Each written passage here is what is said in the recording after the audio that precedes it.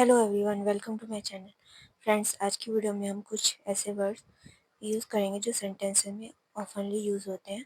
तो चलिए class start करते हैं। जैसे what if, even if, only if, as though, if possible. इन सभी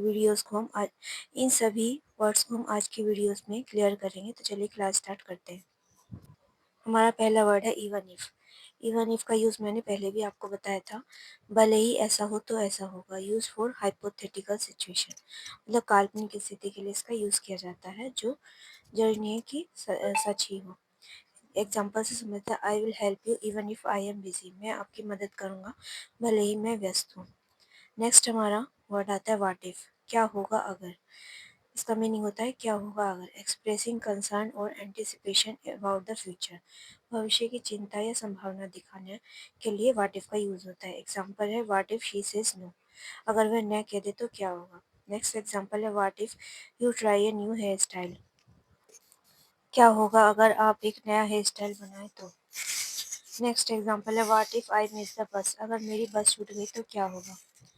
नेक्स्ट एग्जाम्पल है what if she tops the exam, अगर वह एग्जाम में अव्वल टॉप आ गई या अव्वल आ गई तो क्या होगा। इस तरह से व्हाट इफ का मीनिंग होता है अगर ऐसा हो गया तो क्या होगा। नेक्स्ट हमारा एग्जाम्पल है भविष्य की संभावना दिखाने के लिए व्हाट इफ का यूज होता है। नेक्स्ट हमारा वर्ड है ओनली इफ। ओनली इफ का मीनिंग होता है सिर्फ तभी जब, बेस्ड ऑन कंडीशन। एग्जाम्पल है I will come with you only if you give me A party, मैं आपके साथ तभी आऊँगा जब आप मुझे पार्टी दोगे। नेक्स्ट वर्ड है हमारा इफ पॉसिबल, हो सके तो। एग्जाम्पल है हो सके तो मुझे मिल लेना, इफ पॉसिबल मीट मी, हो सके तो सब्जी ले आना, if possible bring vegetables. Next word है हमारा एज इफ एज दो, दोनों का मीनिंग होता है मानो जैसे कि। जैसे एग्जाम्पल समझते हैं। इसका यूज हम करते हैं व्हेन वी कंपेयर और डाउट, जब हम किसी से तुलना या संदेह करते हैं तो एज इफ और एज दो का यूज होता है। एग्जाम्पल है he talks as if he knows everything, वैसे बात करता है जैसे कि सब कुछ जानता हो। नेक्स्ट एग्जाम्पल है she looks as if she is tired, वह थकी हुई लग रही है। नेक्स्ट एग्जाम्पल है हमारा he was talking in such a way as if I was his servant, वह ऐसे बात कर रहा था मानो मैं उसका नौकर हूँ। तो इस तरह से एज इफ का यूज़ और एज दो का यूज़ होता है कोई शक या संदेह जताने के लिए।